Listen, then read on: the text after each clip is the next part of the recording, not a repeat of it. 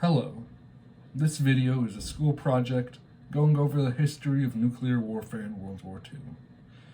If you do not attend my school, please stop watching. To provide a brief overview, in this video, I'll be going over some of the key advancements and discoveries made during this time period, the major organizations at play, and the chronology of some important historical events. To begin, let's start with the discovery of nuclear fission. To give a very brief overview on nuclear fission, this is a uranium atom, specifically uranium-235, and that green dot right there is a neutron being fired into it at very high speeds. As it goes into it, it makes it very unstable, and it quickly breaks down into two smaller atoms, and releases a lot of energy in the process. This is where all the energy you see from nuclear bombs comes from.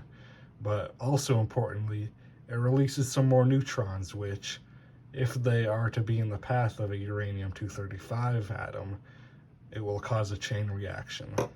This process was uncovered in December of 1938 by two physicists, Otto Hahn and Lise Meitner, and depending on who you ask, another chemist named Otto Hahn.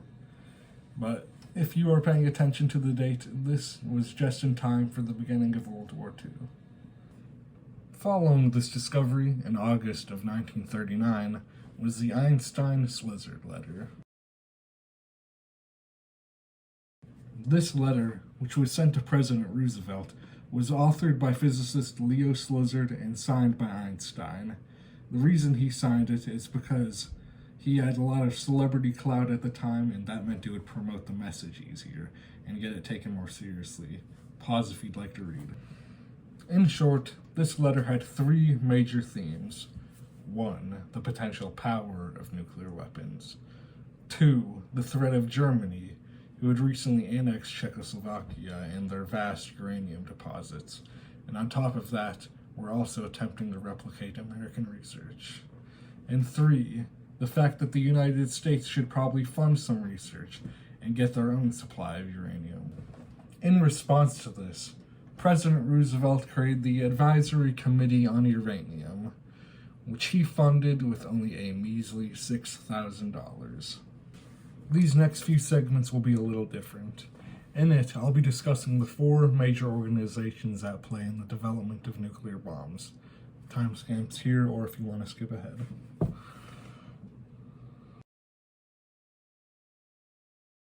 If you were to ask someone to name a major nuclear program in World War II, most of us would default to a certain American program, which we'll get to later. But a lot of people don't know this, that during the first 1 or 2 years of the war, it was actually Britain and their territory, Canada, who were leading atomic research. This introduces the British nuclear program, codename tube alloys. The origins of this program can be traced back to around March of 1940, in which the University of Birmingham held the Frisch-Pierres Memorandum, which was the first instance of the logistics of a nuclear bomb being calculated. This directly led to the establishment of something called the MAUD Committee, which researched uranium as both a power source and a weapon. The data found in this committee was shared with the United States, and was what ultimately led to the creation of the Tube Alloys Project. The project constructed uranium separation plants in both Britain and Canada, which in short separated the fissile but uncommon uranium-235 from the more common but unfissile uranium-238. And it is also around this time that the United States sent them a collaboration effort, which they declined. However, as the war began to drag on the United Kingdom, and the United States only got more and more momentum, it finally motivated them to combine efforts. This was officially done in the 1943 Quebec Agreement, in which Churchill proposed 5 points. 1. The free exchange of information should occur between the two nations. 2. An agreement not to use the bomb against each other. 3. An agreement to not use the bomb against other nations without the consent of both. 4. An agreement not to share information with other parties without the consent of both. And 5, the United States could have full access to British commercial and industrial capacities. This agreement would come to an end after President Roosevelt died in 1945, and his less collaborative successor, Harry Truman, would institute the Atomic Energy Act of 1946, which would formally classify all data. Before the Manhattan Project, most of the research done in the country at the time were done around the top level universities. However, this all changed, of course, in 1941, when the United States finally entered into World War II. This prompted them to finally fund research on an expensive level. In early 1942, under the supervision of the Army, various labs, plants, and factories began popping up all across the country, most notably Oak Ridge, Tennessee, and Los Alamos, New Mexico. Most of these were finished by around June of that year. On August 13th, 1942, the Manhattan Project was officially created, and it was a month later headed by Brigadier General Leslie R. Groves. 1942, when physicist Enrico Fermi, whose name you might recognize if you're into alien stuff, created the first self-sustaining nuclear reaction, chain reaction, technically. At this time, they were also searching for a more efficient method of plutonium production because it was quite expensive. In 1943, physicist J. Robert Oppenheimer would head a lab in Los Alamos, New Mexico. There, he and his team would do 3 things. 1. Transform fissional materials from the plants into their pure forms. 2. Design the mechanisms of a bomb. And 3. Give the purified materials their proper shape and appropriate mass within it. This would go on until 1945, when they had finally stored up enough plutonium to make a bomb. 3 bombs would eventually be detonated as a result of the project, which we'll get into later. But in other facts, over $2 billion was spent on the project, which translates to around 33 or so billion today, and over the course it employed over 600,000 people. This next section, which features the failed programs in World War II, is combined into one point because I don't think I mentioned this earlier. This video has to be a top 10.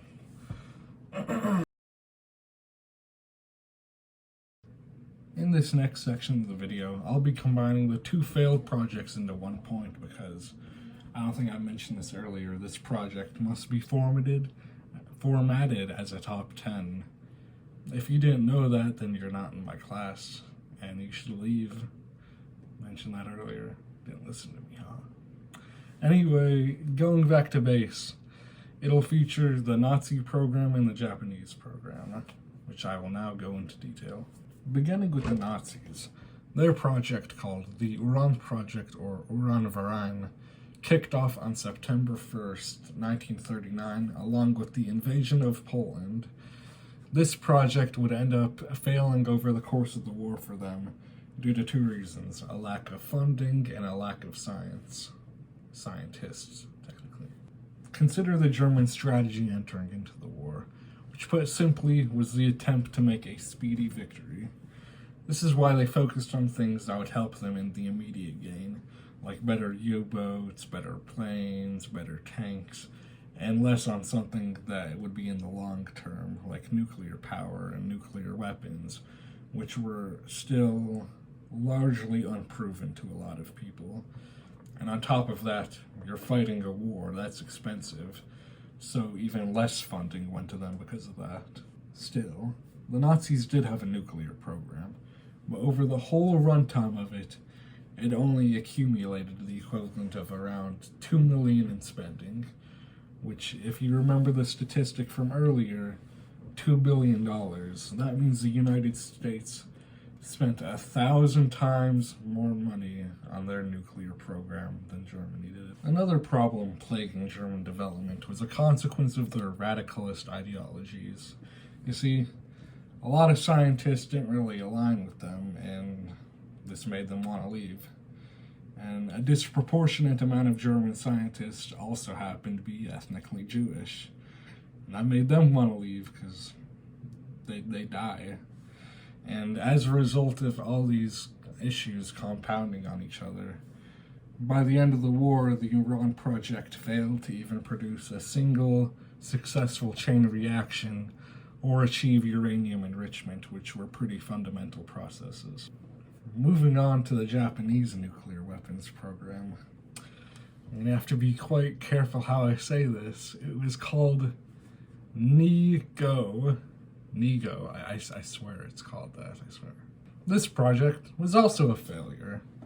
Like Germany, it lacked funding, but on top of that, it suffered from multiple other issues, which I'll now get into. To give you a brief origin story, the program dates back to an October report written by Tatsusu. You have to bear with me here, man. Tatsusaburo Suzuki, in which he informed Lieutenant General Takio Yasuda about the discovery of nuclear fission and the potential for it to create a bomb.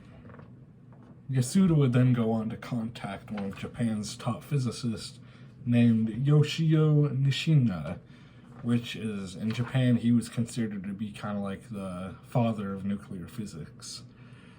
However, a big problem was that Nishina, he wasn't very focused on the bomb making. He was more interested in other areas of the physics, and he spent a lot of his time making a machine called a cyclotron and focused on achieving uranium enrichment. The Imperial Japanese Army also didn't seem to fully grasp the destructive capability of the bomb at the time, and I found a sort of comedic interaction between Nishina and a major general named Nojubi. If uranium is to be used as an explosive, 10 kilograms is required. Why not use 10 kilograms of conventional explosive? That's nonsense. On top of the IJA's dismissal and presumed impracticality of the bomb, they also considered it to be too lengthy of a process to make. Estimates put its creation at around 10 years, and they didn't deem that necessary for their war efforts. Another problem that contributed to their failure was Japan's notorious lack of resources, including uranium. This meant that any research they were willing to fund became so much more harder to supply. They also suffered from a lack of collaboration, both externally and internally. Their ally Germany didn't share any nuclear info with them. Not that they had much to give, but it would have helped anyway. And internally, the Imperial Japanese Navy actually had their own branch of nuclear research called the EFCO, which was comparatively small and only received the equivalent of around $80,000 in budget, but they had no collaboration with the, gotta be careful here again, NIGO. Sorry, wrote character there, man. Anyway, they didn't really collaborate at all because apparently the Navy and the Army in Japan, those two branches had beef with for some reason and didn't want to share anything with each other. I'd like to circle back and talk about Yoshio Nishina and his lab again because I kind of brushed it off earlier. But his lab did actually accomplish some nice stuff. He built 2 cyclotrons there, one of which was the first outside of the United States, and his research had 5 main missions: atomic bomb theory, separation of uranium-235, production of uranium hexafluoride, measurement of physical constants, and analysis of isotopes. There, he determined that an atomic bomb would be theoretically feasible, and did a lot of experimentation on uranium enrichment. Much of the technology and research done in this era would be inevitably destroyed, including the 2 cyclotrons. This was done because of the aerial bombing raids that were commonplace in Japan at the time, and the post-war occupation that followed it. Last but not least is the Soviet atomic bomb project. Early on, they didn't have too much interest in nuclear energy. They had like a few brief sparks back at the discovery of nuclear fission, like everyone else, and for a brief period in 1941, after some like high-ranking physicist, Peter L. Kapitsa, he was like, "Hey guys, we can make some pretty rad bombs and reactors out of this," and everyone's like, "Oh, that's cool." But then they forgot about it again because they were fighting a war, you know.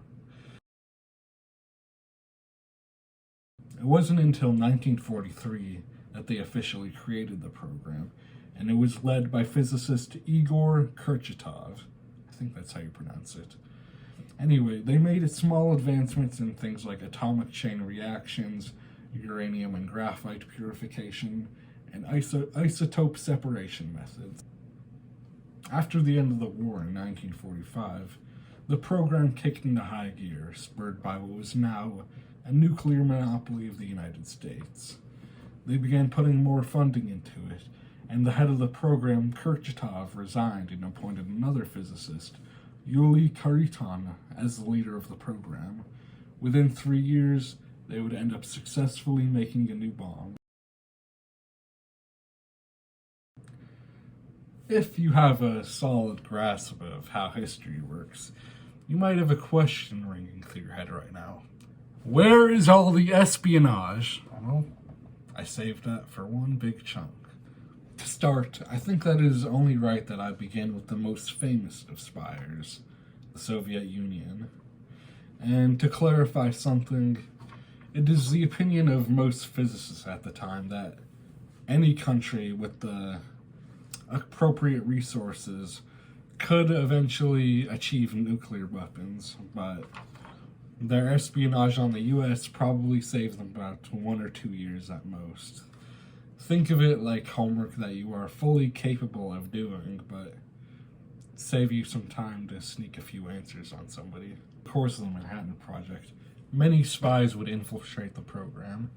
This was under the cusp of the greater Soviet Operation Enormaz, which used Soviet sympathizers in North America to use them as informants. To my interpretation of it, the Soviet spies weren't really looking for much of the physics of it. There weren't any, math equations that had been kept secret. They understood how to calculate everything. They were more interested in, the technical aspects of it. How to make, a controllable, safe, functional, but also very powerful bomb. They wanted, a good blueprint to base everything off of, which they got. This is why, if you look at schematics of the first Soviet bomb, called First Lightning, which goes pretty hard, it bears a heavy resemblance to the first bomb the United States made. Speaking of the United States and their bombs, at the Potsdam Declaration, which I will be covering later, President Truman shared with Stalin news of their successful detonation, and Stalin acted suspiciously unconcerned and unsurprised, and even though that event was only 10 days earlier, that indicates that he had already gotten news of it.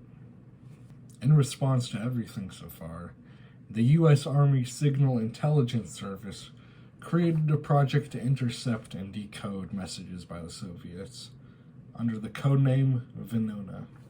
In 1943, Carter Clark, chief of the branch, got wind of a potential Nazi and Soviet peace deal and subsequently ordered an investigation into it.